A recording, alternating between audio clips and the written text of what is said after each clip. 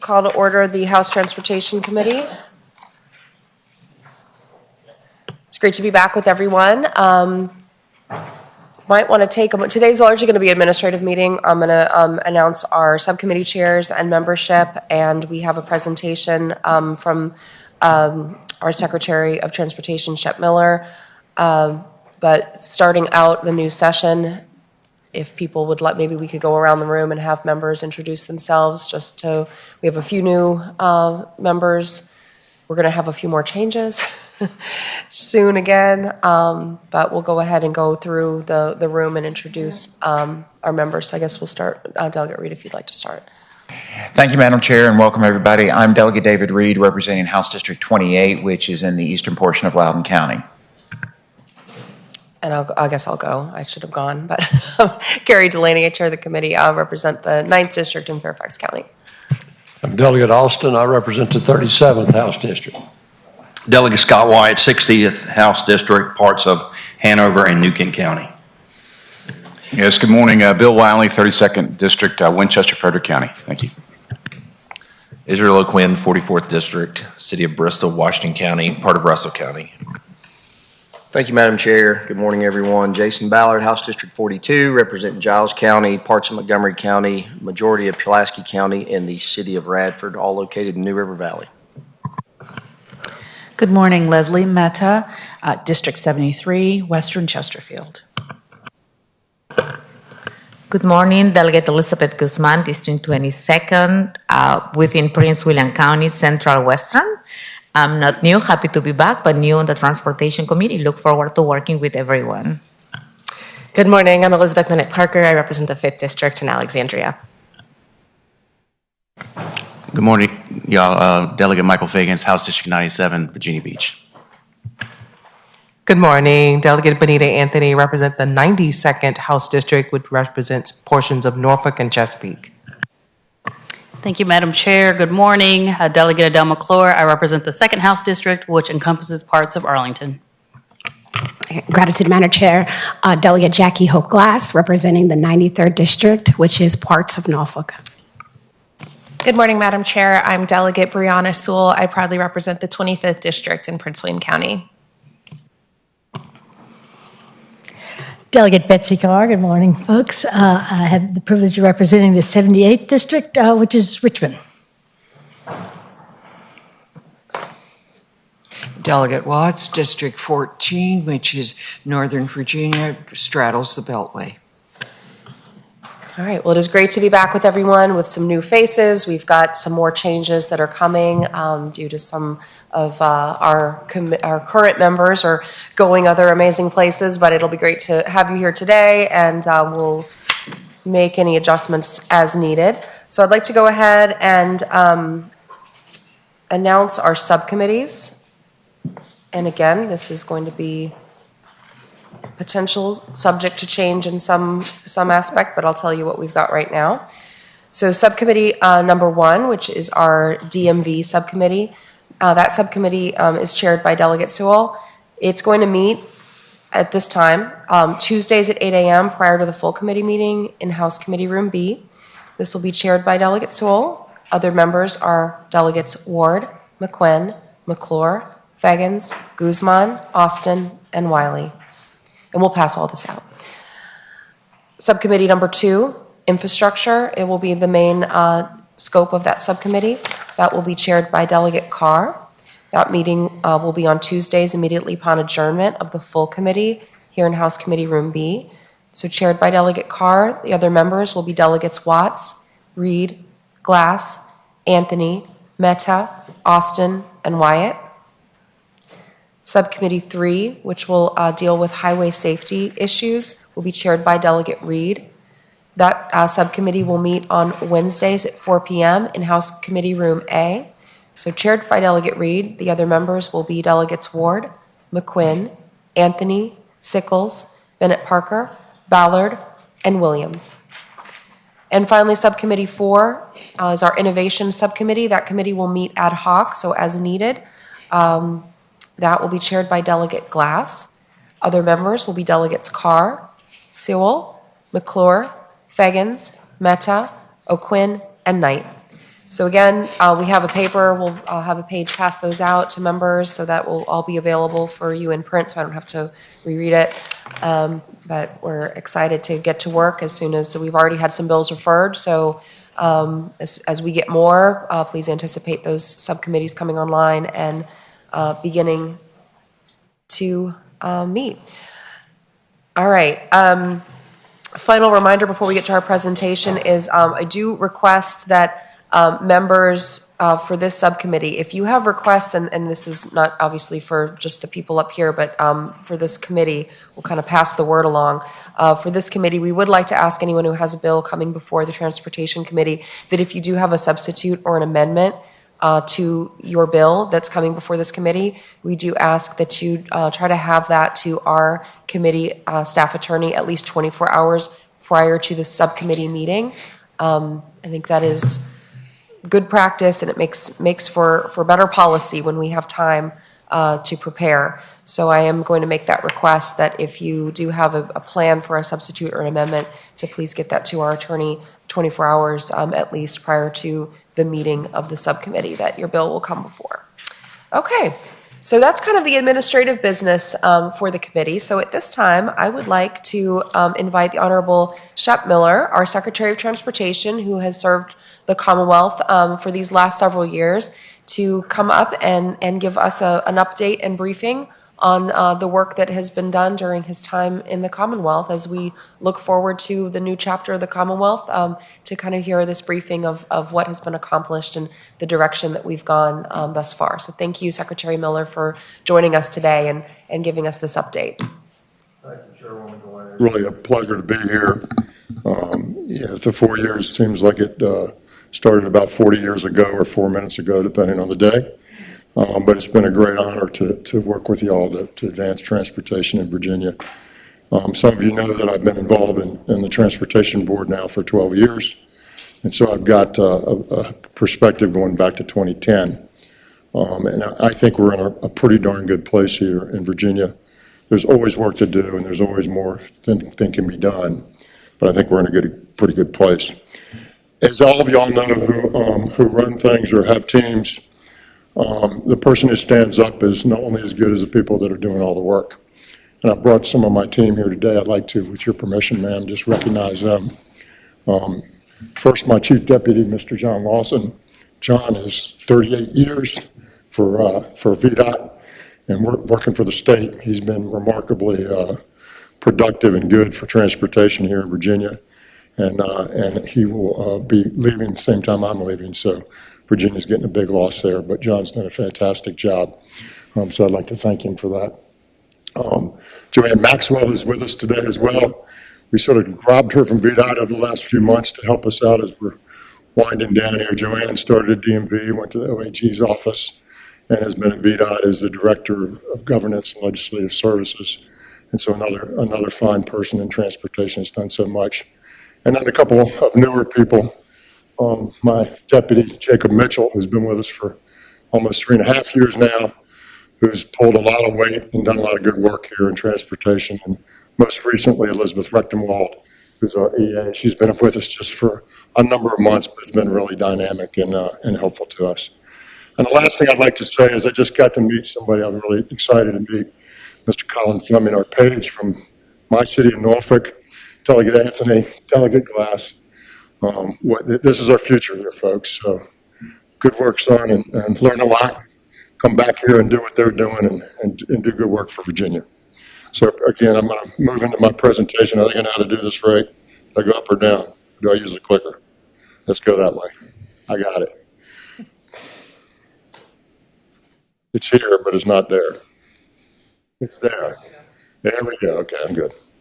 So I'm going to just try to give you a little bit of a secretariat overview and some day one transportation priorities. You can see I'm not going to read all these slides, and there's one there's a eye chart here, and I apologize for that. We're working hard to get this pulled together and same way, so we're going to give you an eye test later on. But we're going to talk a little bit about major highway projects and DMV transportation, aviation and space support, transit, rail, and of course, the Port of Virginia. Wrong way. Here we go. So those are the logos. Those are the agencies and the authorities that fall under the Transportation Secretariat. An incredible group of people. We spend about $11 billion a year. There's about 11,000 people that are represented here, and a huge impact on the Commonwealth. When we started, by the way, folks, it might be a little snow on Sunday. If you remember, we started and it was snowmageddon the week before we got here, and then we had it again when we just got started. And so that's something that's really important to us to keep things flowing. And we talked about a lot of things in the beginning, and I'm going to reflect on some of that, sort of where we've been and where we are today. Some big, huge economic development and transportation projects. The gap widening on I-64, that was merely a vision when we arrived here 4 years ago. It got funded quickly. Thank you, Mr. Austin and others in this committee for that, Chairman Knight and others. But that is a huge, impactful piece here. As everybody knows, it travels up and down 64. And of course, connected with the Hampton Roads Bridge Tunnel, which is an incredibly complex and important project. The I-81 Corridor Improvement Program, huge, huge, huge. That corridor has needed attention for a long time, and we've got a great funding stream and a lot of work that's going on there, and I'll talk a little bit more about that. I-66 out the Beltway, outside the Beltway, completed construction on that project. Big impact for Northern Virginia. Similarly, we completed construction on the FredEx project that brings the express lanes down all the way to Fredericksburg. The 495 Next project, this is unique, folks. It's very, very rare that you're ever going to see a large project started and finished in one administration. And we got the ability, we had the fund to cut that ribbon right as we got here, and or to dig the dirt right as we got here and to cut the ribbon not so long ago. So really important for that part of the world. And I implore our friends in Maryland to help us and help build this bridge across the Potomac there so we can make this whole system work better. And improving on-time and on-budget performance of VDOT are really important to us. We're not just about policy and projects, we're about efficiency and speed as well, and so that's important to us. DMV, wow, what a change. Transform customer service, we'll talk a little bit about that as well. The Department of Aviation has really done a great job in supporting and growing aviation in Virginia. And the VPRA and DRPT, the Transforming Rail in Virginia, the Long Bridge project, as you're all aware, is critically important. It's not just for Virginia, it's for the entire East Coast and commerce. That bridge that spans the Potomac River is the only link between the north and the south for trains, and it's very congested. And so this project that was started in a previous administration and will end in a further administration is really important to the Commonwealth. Similarly, the port widening, deepening, and the infrastructure improvements, a lot of things at the port. These are all things that we talked about when we came in, and so I'm pleased that we've made great progress as it relates to these. I talked about the gap. That's a $756 million project dividing that 29-mile segment in New Kent and James City County. As I said, that project was not on the books. It was not funded, if you will, and it all came together. There are 3 segments that we have there. A, B, and C, and A and C are the ones that we started. We started A first and C first, and then we'll move the work to the middle. So the A and C segments should be completed in 2027, and the segment B in 2029, so it'll be fully complete by 2029. I had the history of growing up watching the interstate being built, 64 interstate, and I remember getting on and getting off and getting on and getting off. So we're going to see a little bit of that with the gap. We'll close 2 pieces of it, and we'll finally close a third, but it'll be great when it's finished. HRBT expansion project, wow. Biggest project in the history of Virginia, huge, huge, huge project. One that's very complex and very detailed. It doubles the capacity, folks, of that bridge tunnel. Doubles it. It's a game changer for that region and for the Commonwealth. Very importantly, the tunnel boring piece of this is the really tough part. The tunnel boring began in April of 23, and the first tunnel was finished in April of 24. And then we had about 6 months to take that drill apart and turn it around. That's how long it takes. And we started boring again.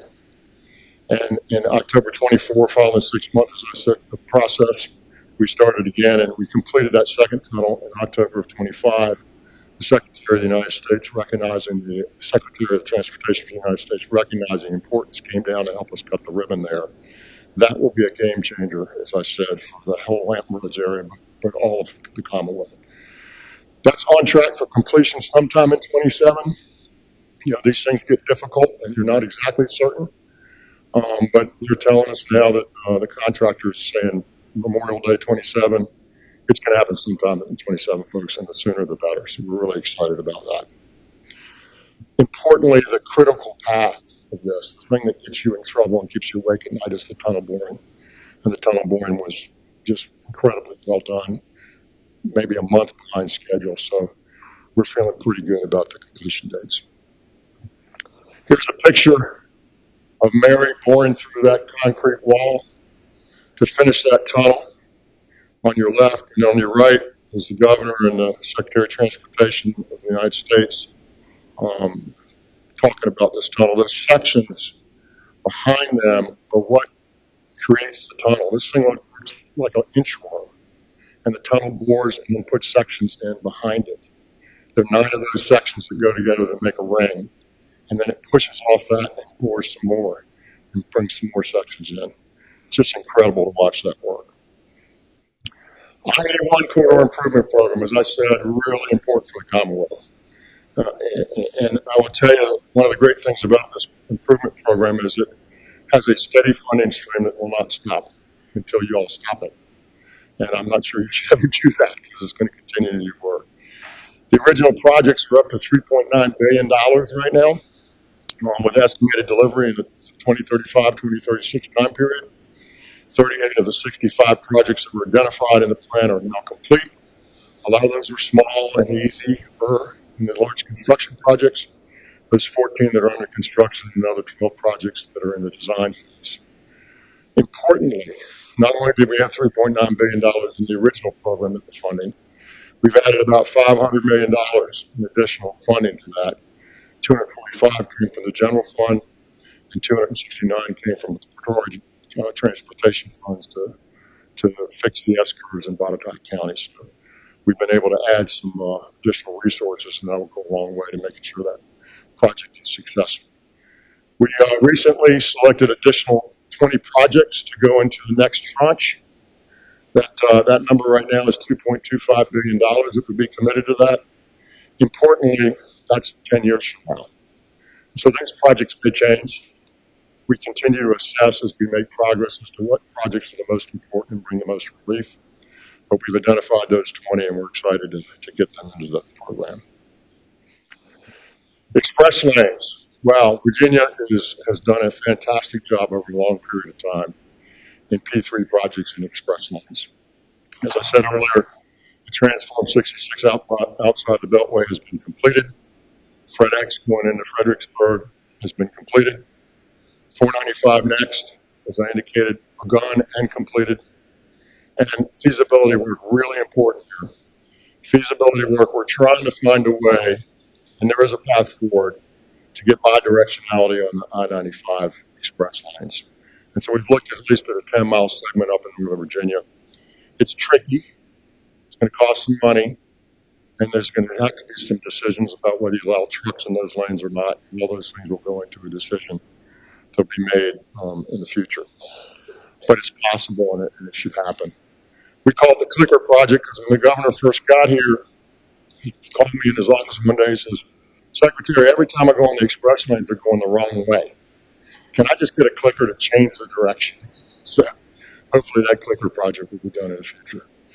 VDOT, as we say, is reducing congestion, expanding travel choices, and saving time through the express lanes expansion. And let me say this, you know, these are all options, these express lanes. You don't have to take them. You don't have to pay a toll if you don't. And if you stay in the general purpose lanes and people get out of your lane to go in a lane they pay for it, it's good for you too. So everybody wins in these, right? Everybody wins.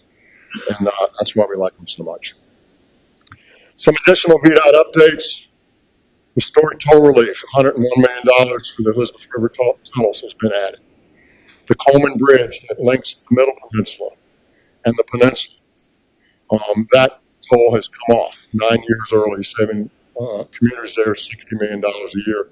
And more importantly, just opening up the corridor for commerce and for quality of life for people.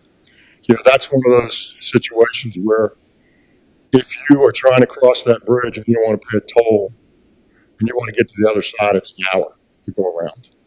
And so really important. This is one of those things that are not options for.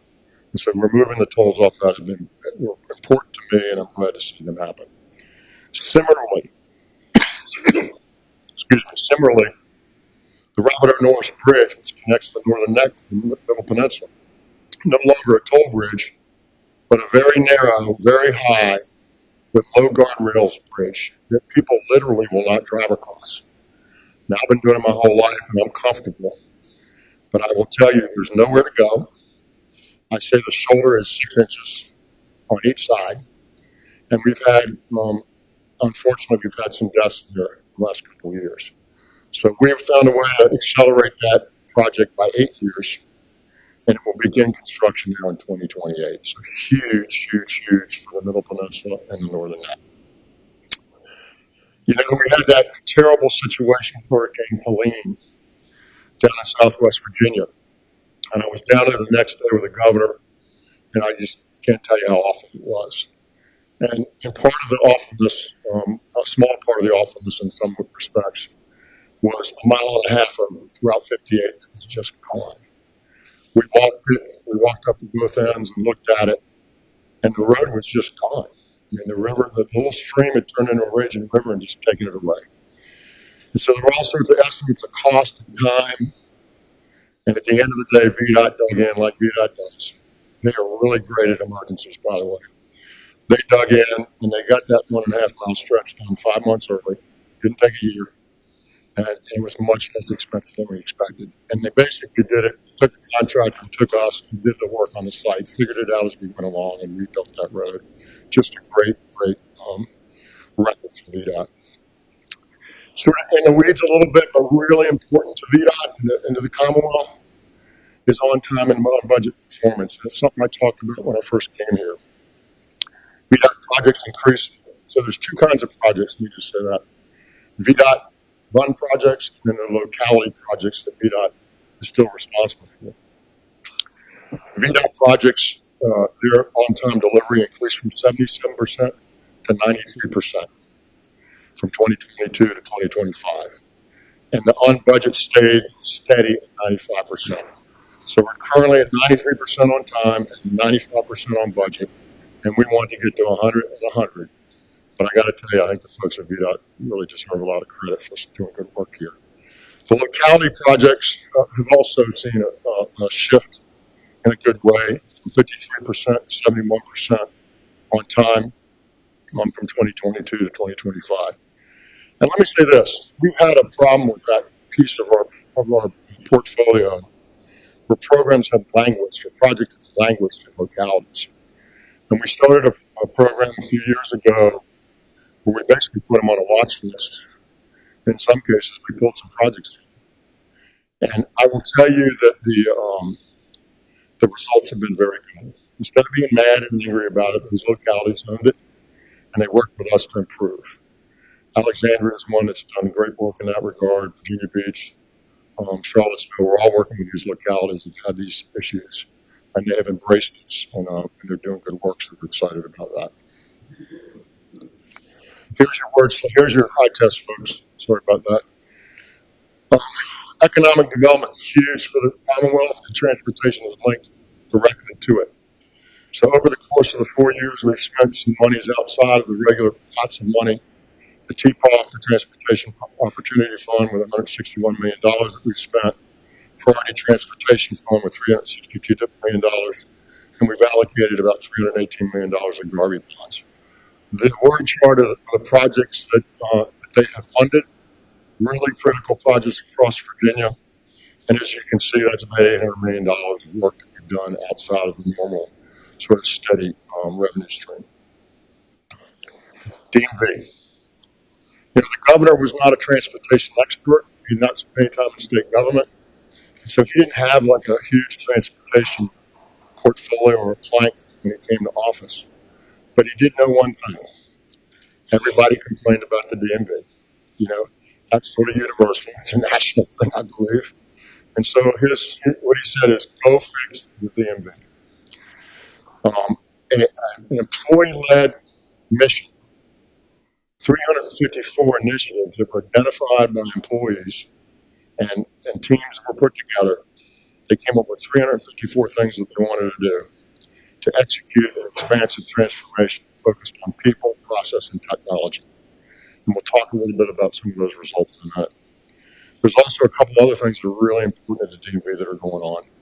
The mainframe to cloud modernization is a $100 million multi-year migration, replacing the legacy mainframe system that we've had forever with modern cloud technology for lots of good reasons, as you can understand.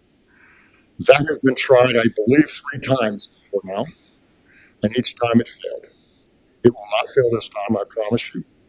It's about 20% complete. We found a system that already existed that we're building onto, a DMV system, and we've got a great contractor. We've got great oversight with Vita and the DMV folks and an outside oversight consultant. This will really bring us into the 21st century. And I'll tell you, our mainframe sits in a building that has a fiber line that goes to it. The fiber line's been cut a number of times during this administration, and we go down hard. There's not a lot of redundancy there, so this will really solve that whole problem and bring us, as I said, into the 21st century. Importantly, one of the things we identified was that the personnel system, the personnel situation needed to be upgraded at DMV. People weren't being paid what they needed to be paid. Job descriptions weren't exactly what they needed to be. The org chart didn't look exactly right. And so what we did is we found $15 million of savings inside the DMV, and we plowed it back into the people. And as I said, the agency-wide modernization, compensation, career pathing, and supervisor training reduced turnover. Turnover has been reduced by 50%. Let me sort of give you a little bit of a color on that. See, it takes somebody who's not highly paid. It takes you about a year to train that person to do everything they need to do at the counter at the DMV. And then they leave 2 years later, and you start again. And that's what we've been doing over and over and over again.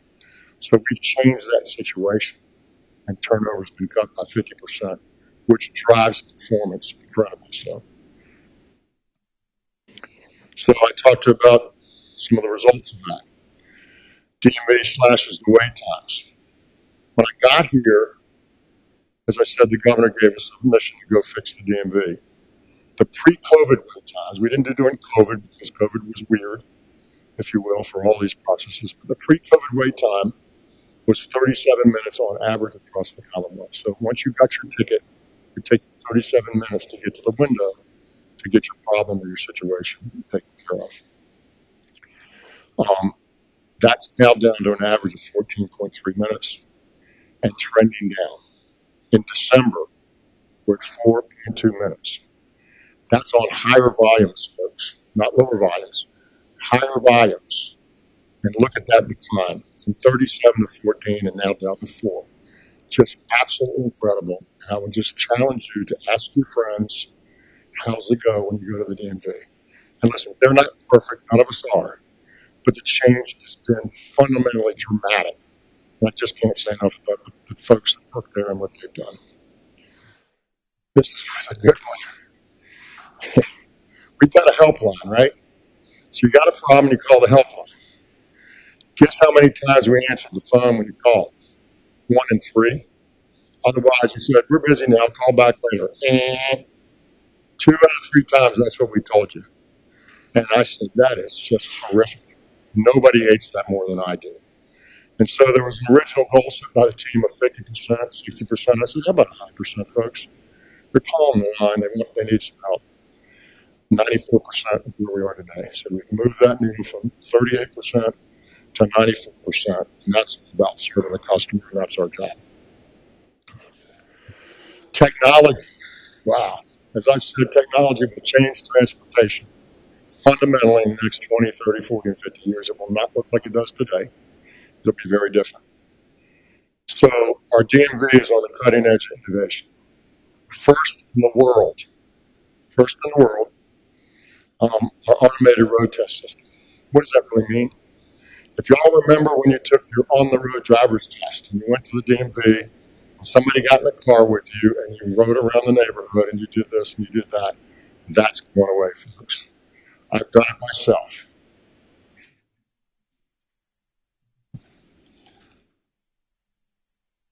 They give you an iPhone. You put it on your dash. The iPhone tells you where to go and what to do. It watches your eyes, it watches your head, it watches your body movements, it sees everything that you do, and you come back to the DMV and you hand the iPhone back to the people that are there, and it downloads into a system and it tells you how you did. In 10 minutes, you have your answer. There's no bias, there's no harassment potential, there's nobody sick in the car, there's none of that, right? You get in your own car, you put the iPhone up there, you drive around as it tells you to, you bring it back and you hand it to the DMV, and that's the test. It's revolutionizing. This thing will go viral across the United States. And it's already won one of the best inventions in 2025, and also been recognized by Popular Science in the same way. So, in the same way, it's just phenomenal. And it's really interesting. It's really cool to see. So about 10 customer service centers are using it now, and we'll roll it out fully by 2027. Similarly, the DMV implemented the mobile ID. That does exist other places in the country, but we're there now. It's accepted in 250 airports nationwide, Richmond ABC stores, and we're continuing to roll it out to multiple law enforcement agencies and businesses. And basically, it just takes your ID and puts it on your phone. And it does it in a way that's enough to show everybody everything. There's different screens, but it allows you to be electronic as opposed to tied to that card that's in your wallet. So again, technology, really good stuff. And safety education, this is something I was really focused on as secretary. We teach people how to drive, we give them a book, they take a test. The book is boring, people are scared when they go take the test. You can't change it very easily. You can't change the emphasis on what's important these days. You got to reprint all those books and all that back out, train everybody again. And you can't, there's no way to sort of commit this, not the way, that's not the situation. We don't communicate well when we change the law. I got my driver's license 50 some years ago. And rarely has anybody come to me and said, here are the law changes that have occurred in the last 50 years when you drive, and people just don't know the law. So now we're developing this app, which is a learning app, which will be fun, it'll be immersive, it'll be impactful, and you'll learn instead of just looking at a book, you learn on this app or on the computer screen. And you'll take sample tests. We're talking about having contests for awards and prizes, trying to link in insurance companies so that people that do well in this test get discounts and so forth. Again, technology and DMV is leading the way. Really excited. 2026, that'll be rolled out. And it'll be something that we can change as the times change. And it'll be really impactful, I believe, in terms of safety and on the highways in Virginia. Talked a little bit about aviation in the beginning. We're going to talk about that. Record investment of $162 million since 2022 in the aviation infrastructure in Virginia.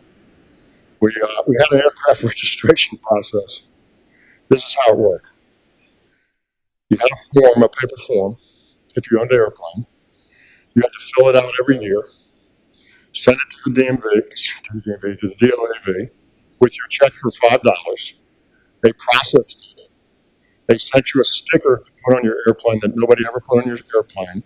And then next year we did it all over again. And then we did it all over again. And then we did it all over again. $5 paper form every year. And so with your help, we've streamlined that. Now it's online. You can still send paper if you want, but it's online. We raised the fee just a little bit for those people that own airplanes. And we made it multi-year like a driver's license. So we just brought it into today's standards.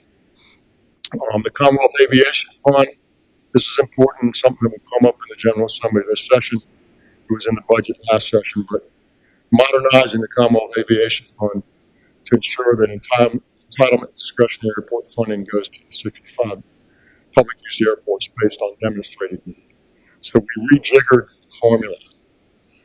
Whenever you have the same amount of money and you change the formula, there are people that get more and there are people that get less. And so that's always a tricky thing. But I salute Greg Campbell and the Department of Aviation. They worked with all the airports, and all the airports supported the change. So you're going to see some legislation in this session that will codify what you did in the budget last time to make this change permanent. I ask that you give it your due consideration. It's good work. Workforce development. 70,000 students we trained about aviation. I said train. We've got a trainer airplane that we take out and show people. It's a simulator. We go into the high schools and introduce people to aviation and aviation careers. As I indicated, 70,000 people, and there are not enough pilots, not enough people in aviation, mechanics, and so forth. And so that's really important to building that workforce. Long-term success. We have a new land lease for our facility at the Richmond Airport. We were getting ready to have a change because of FAA rule changes, but we worked through that and saved ourselves about $2 billion over the next decade and make sure that we maintain ownership of our building there at Richmond, so that's important. And we cut spending. Cut spending again. DOAV does not have a huge budget. They found $2.2 million that they cut out of their operating budget to plow back in to things that will make them more modern. So good work by the DOAV. Advanced air mobility. We talked about technology a little bit. I became the flying car secretary early on and made the policy people nervous. There will be flying cars, folks, and we will not drive down the roads the same way 50 years from now that we do today. It just will not be like that. So we are a leader in AM strategy across the country. We focused on taking our existing infrastructure and modifying it to be able to work with all the challenges of AAM as opposed to building new infrastructure. I think by far it's the way to go. And you can see we've led the national AAM multi-state collaborative to develop rules and regulations to make sure our skies are safe. We also had the first licensed vertiport in the nation, which is down in Blackstone, Virginia. That was done in 2023. So that signals to you how we are ahead of the world, ahead of the country in AAM, and it's going to be really important over the next 10, 15, 20 years. Stafford Point to Winchester Corridor AAM pilot is a pilot program where we're deploying that digital infrastructure I talked about to enable AAM operations in the corridor where there are three really busy general aviation airports. And the Smart Airspace AAM pilot enabling the operation of eVTOLs and ultra-short takeoff and landing aircraft by creating the flight procedures necessary for these aircraft to operate safely and efficiently. So we are on the edge of AAM. We're leading the nation here. Virginia Space. Wow, folks. That's a tiger by the tail right there. As I say to my board at Virginia Space, they were like a 30-year-old infant. So that spaceport's been there for 30 years. And it's been just building and waiting and building and waiting. And now things have changed dramatically. We constructed the fourth launch pad there, Pad 0D. We purchased two new facilities, totaling over 166,000 square feet.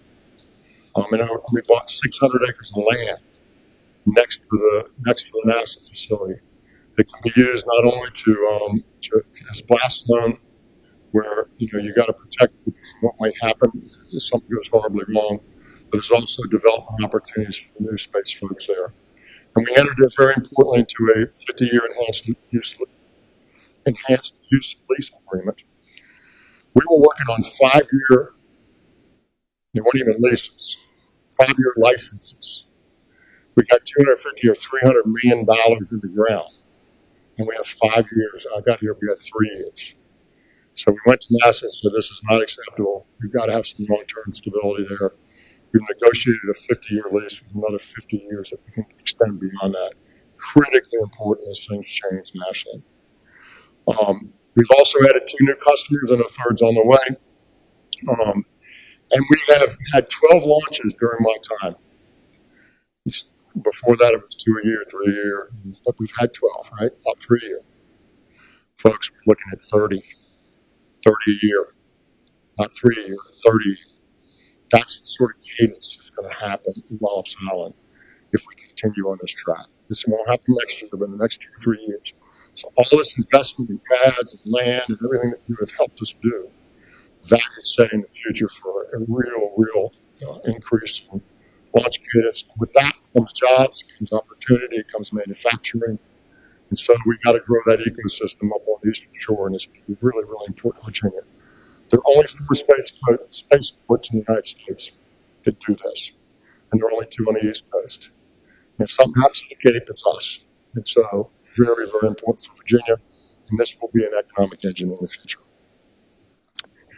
The Department of Rail and Public Transportation was decimated in ridership during COVID, as you can imagine, and that has come back really nicely.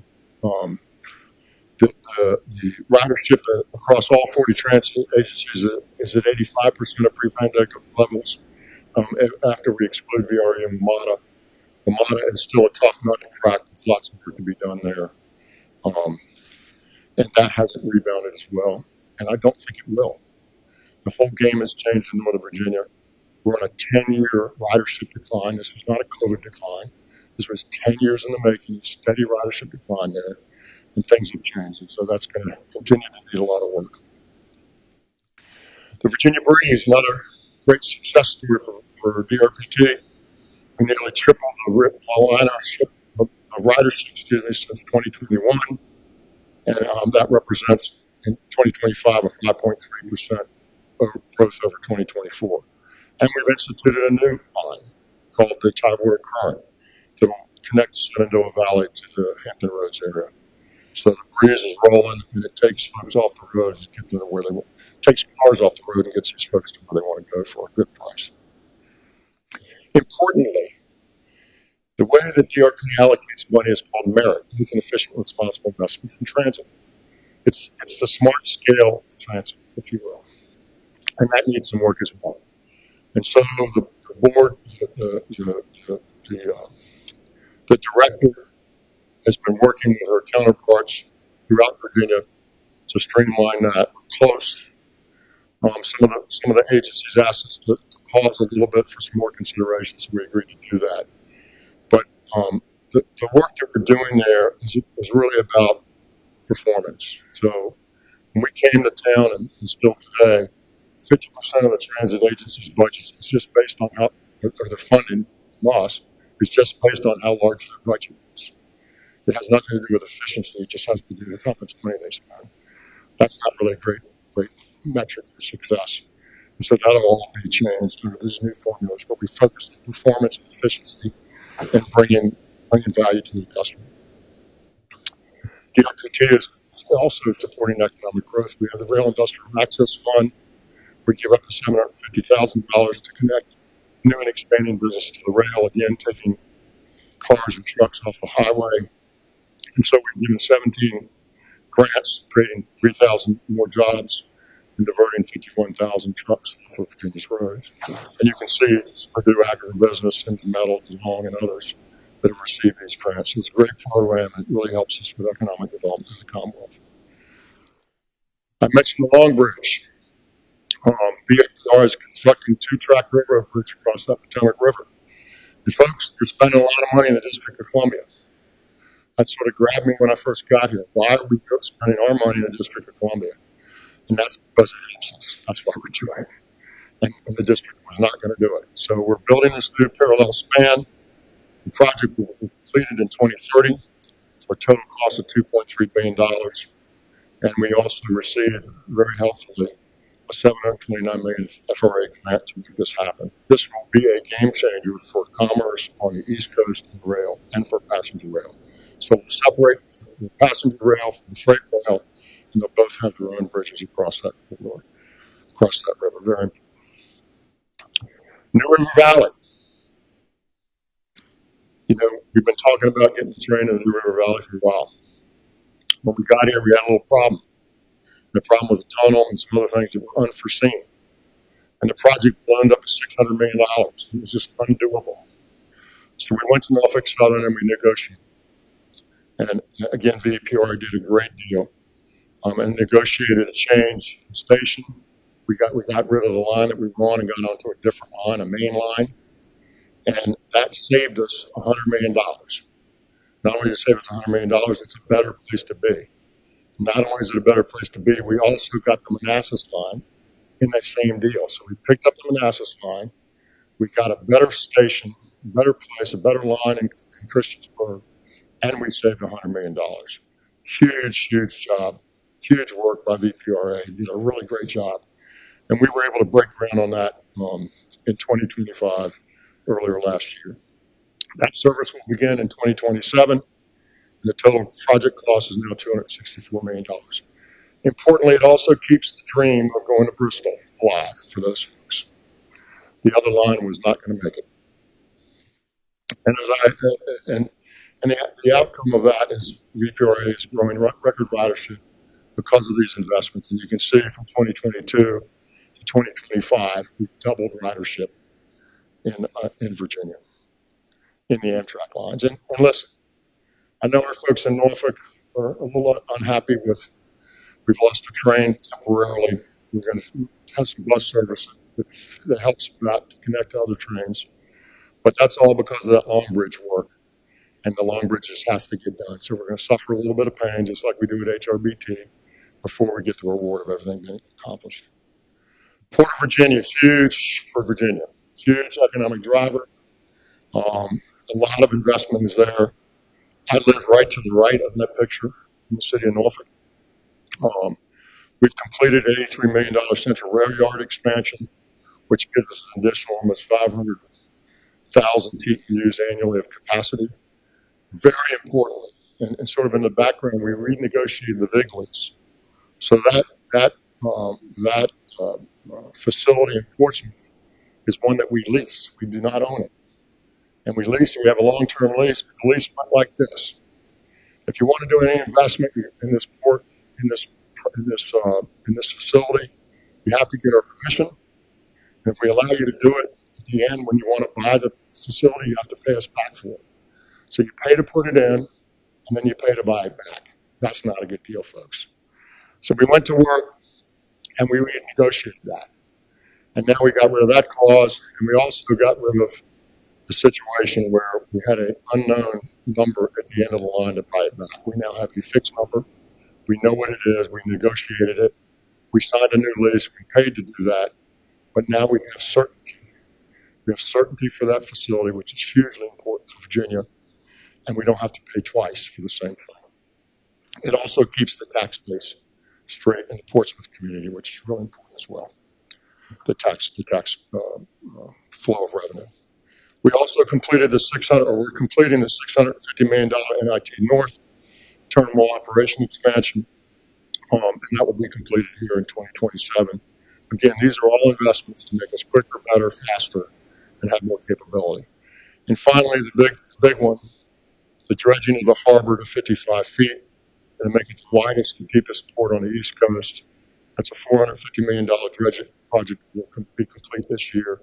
And that will allow the largest ships in the world to come in and out of our ports side by side and fully loaded. That is a huge game changer and puts us at the top of the list for ports. As I said, ports are very important. Fastest growing among the East and West Coast ports from 2020 to 2024. And you can see that on the screen, outpacing all of our competitor ports. We handled the second most volume of all time in 2024 with over $3.5 million TEUs moved, and we're consistently ranked one of the most efficient major container ports in North America. We recently had our CEO who went on to a different career. He did a fantastic job. I will tell you, we are primed for success there. He had a vision we shared that the port is all about economic development. And we've seen that up and down the corridor as he worked to bring in shippers and beneficial cargo owners and the Targets and the Kmarts and the other folks that ship goods. And so I would tell you, folks, there's still lots of work to be done. Funding has been robust, but it's never enough. And I'll leave you with a couple thoughts of what you should continue to concern yourself with. First off, again, the agency heads that we've had have been spectacular. know Commissioner Bridge is staying on. He's done a great job. Some of his team is here today as well. Somewhere behind me. Here they are. Thank you, ladies. Our new CFO, Kim Pryor, and Angel Dean, our policy head. Great work by all the folks at VDOT. The commissioners led that team, and we're really excited about the future for VDOT.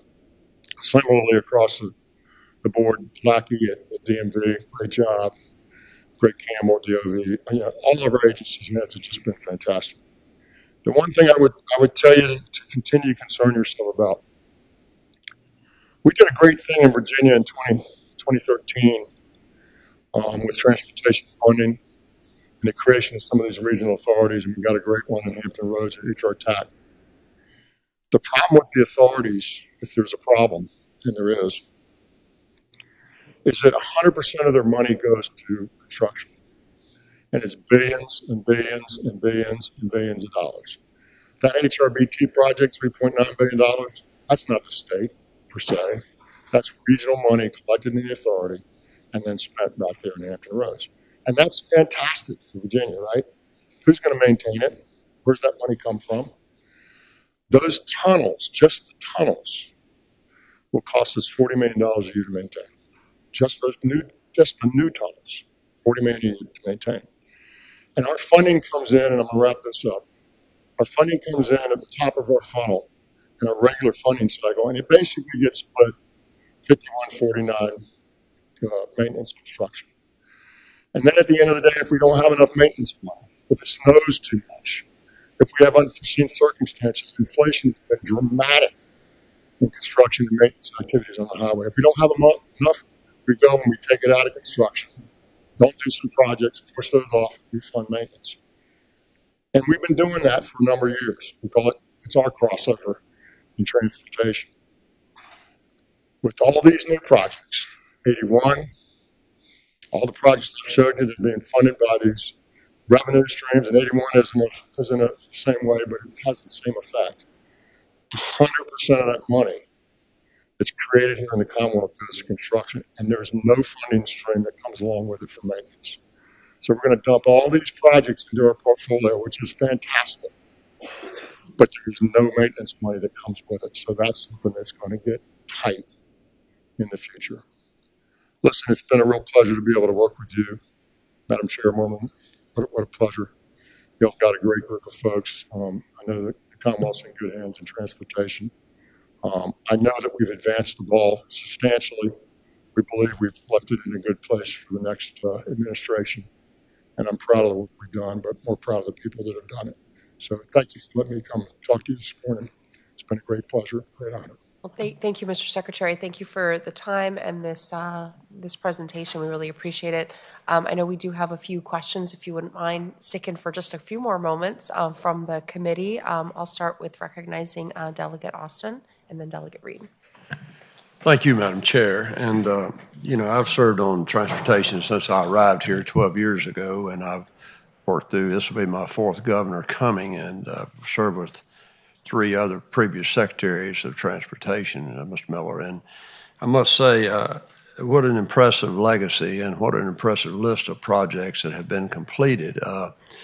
We often don't acknowledge or pay attention to how we get to where we are. And, I can remember sitting in appropriations with George Barker and myself debating about whether or not I wanted to use $50 million in general fund dollars to begin studying the gap on 64. And Senator Barker said, Terry, we never use general fund money for transportation. And I said, I agree, Senator, but this is an exception. We need to create an evacuation route in the event of a hurricane for the people in Tidewater. And so I'm not taking credit for that. I'm just saying how I feel like we've arrived at where we are. But it's phenomenal, the work that's been done, the tunnels. I've been down there, I witnessed that.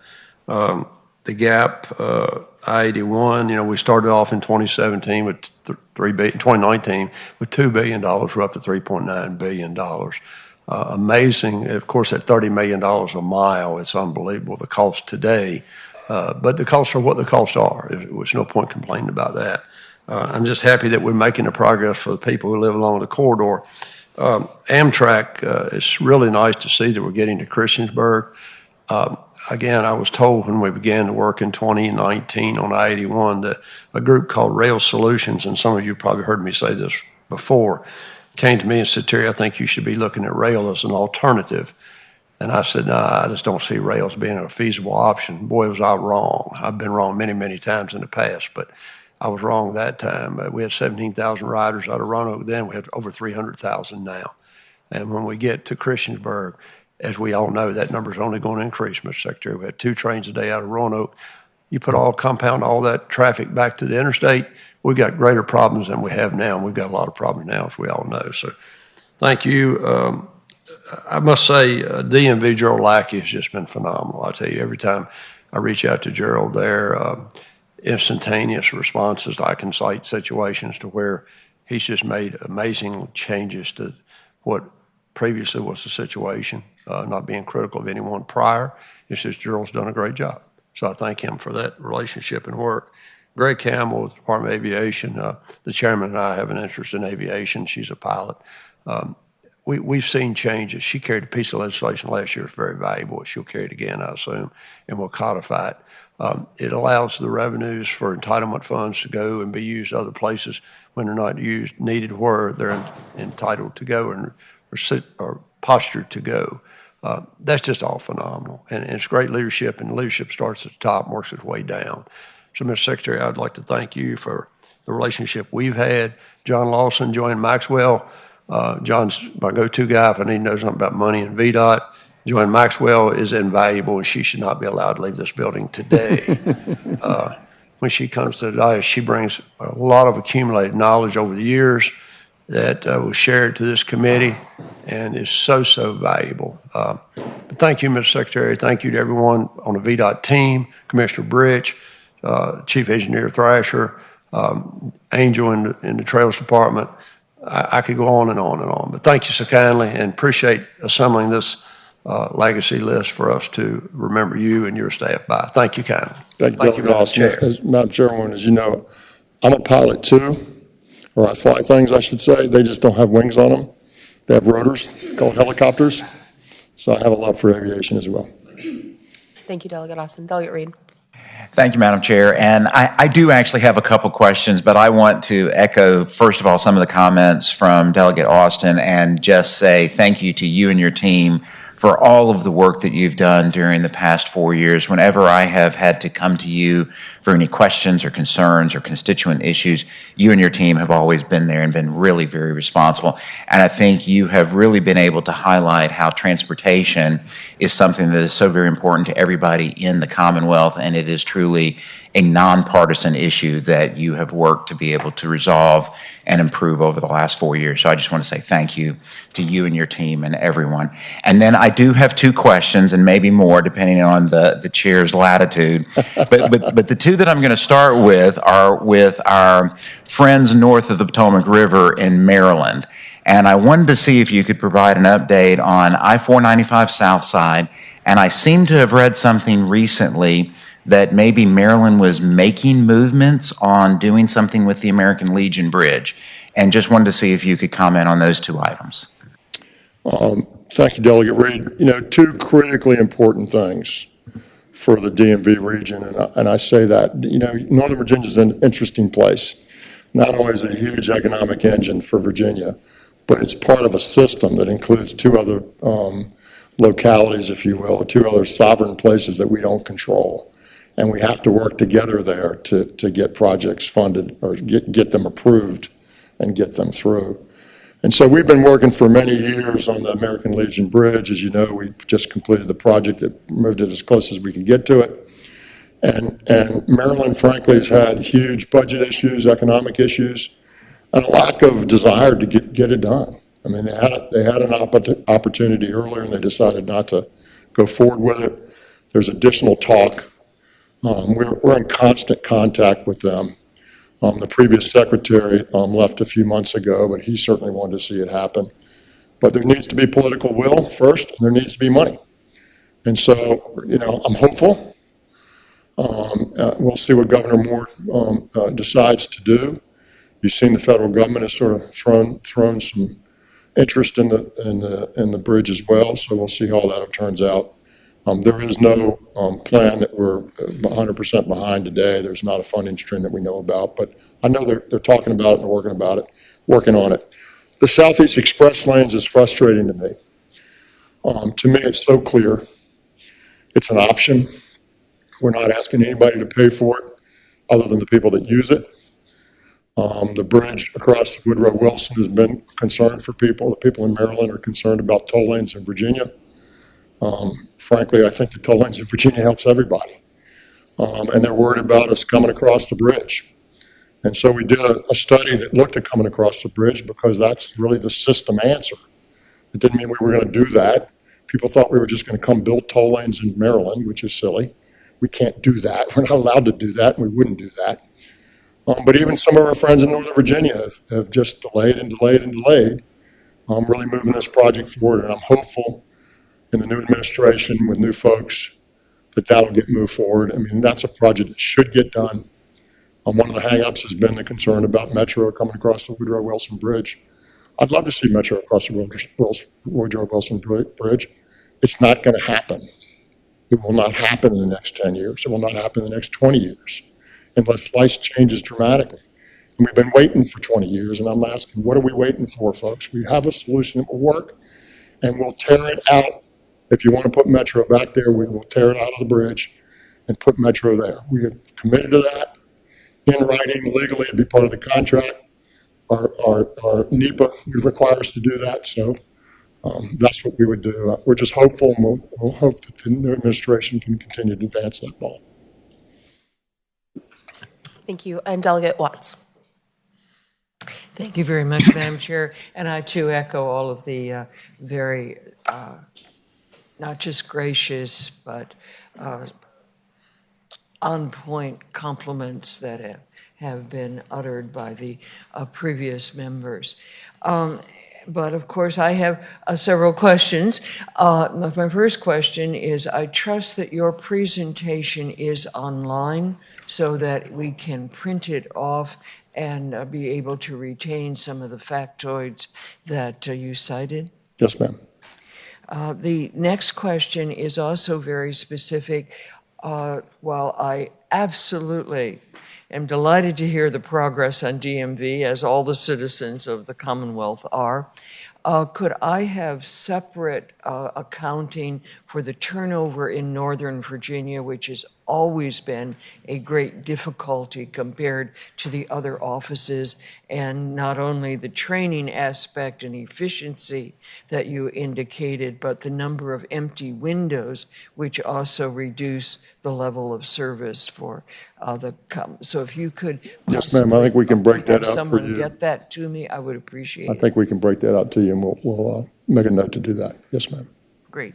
And then a couple other things I just wanted to underscore as you discussed express lanes, that in the options, it has always impressed me, and I feel that so often people aren't aware, half of the ridership, half of the users of express lanes are riding free.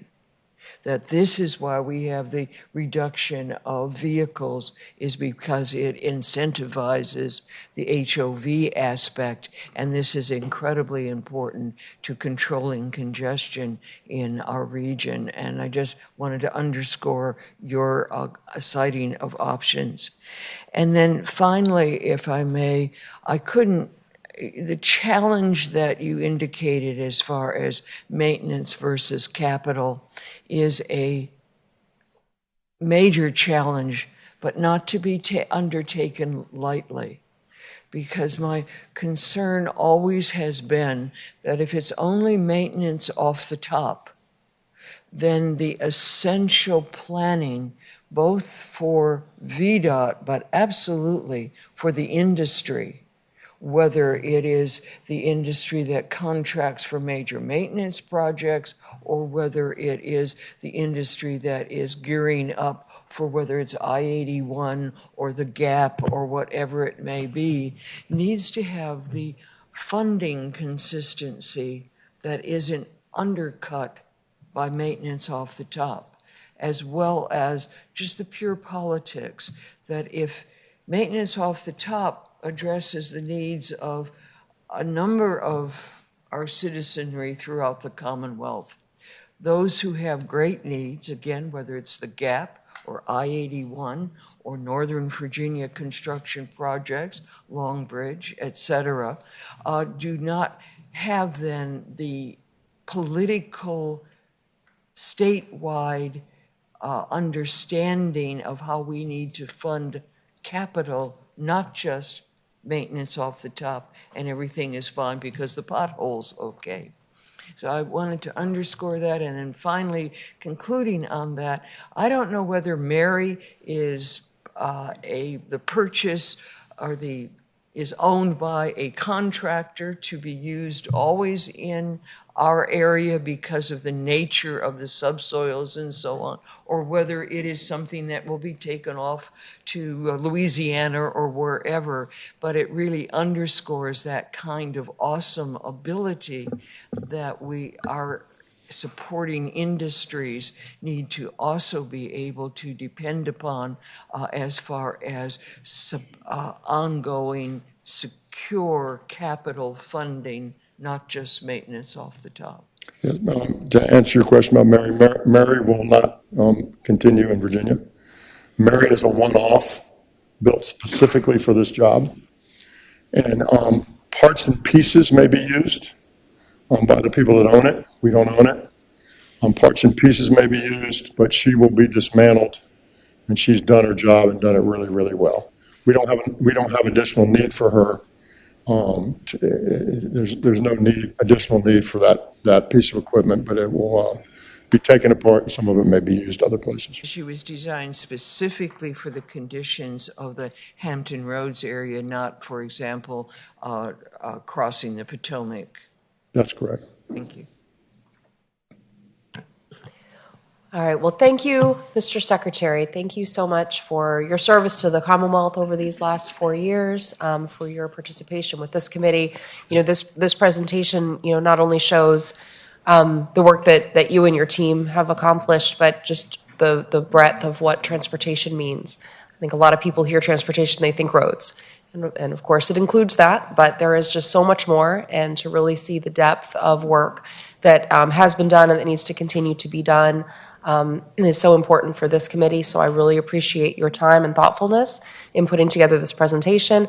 It has been an honor and a pleasure to work with you over these last 4 years, and I thank you so much and wish you all the best in your next chapter as we continue here on this committee. Having this information today, I think is really important on kind of putting us on our next path as well. So thank you. Thank you, Madam Chairwoman. You know, as you know, transportation is a team sport. It takes the legislature, it takes the administration, and most importantly, it takes all the people that run and work in the agencies and the authorities. They have done a phenomenal job. We've had great support for transportation from the legislature, and we've worked really hard in the administration to deliver what we promised. So I appreciate it very much. I'll have to tell you, I got ripped out of retirement when I came to this job. I was supposed to be in Jamaica the first couple of weeks, and I didn't do that. I'm going back there Saturday to finish the vacation I tried to start. And so if you just do one thing, I keep looking at the weather app, and it's raining the whole time. It's not supposed to rain in Jamaica in January. So if anybody's got any help they can do the weather dance or give me some prayers or something, but at least it'll be warm. But it's been a privilege, as I said, and an honor to work with all of y'all. Thank you so much for your support. Good luck as you go forward, and let me do anything I can do to help any of y'all. I'm happy to try to do. Wonderful. Thank you very much. All right. Well, thank you, Mr. Secretary. And as mentioned, that presentation will be available on LIS for anyone to reference. So, and I apologize for the eye chart. Got our exercise in for the day for our eyes. All right. Well, thank you so much. That is all that I have for the agenda for today. So if I can hear a motion to adjourn. All right. All those in favor say aye. Aye. All right. We are adjourned. Thank you, committee.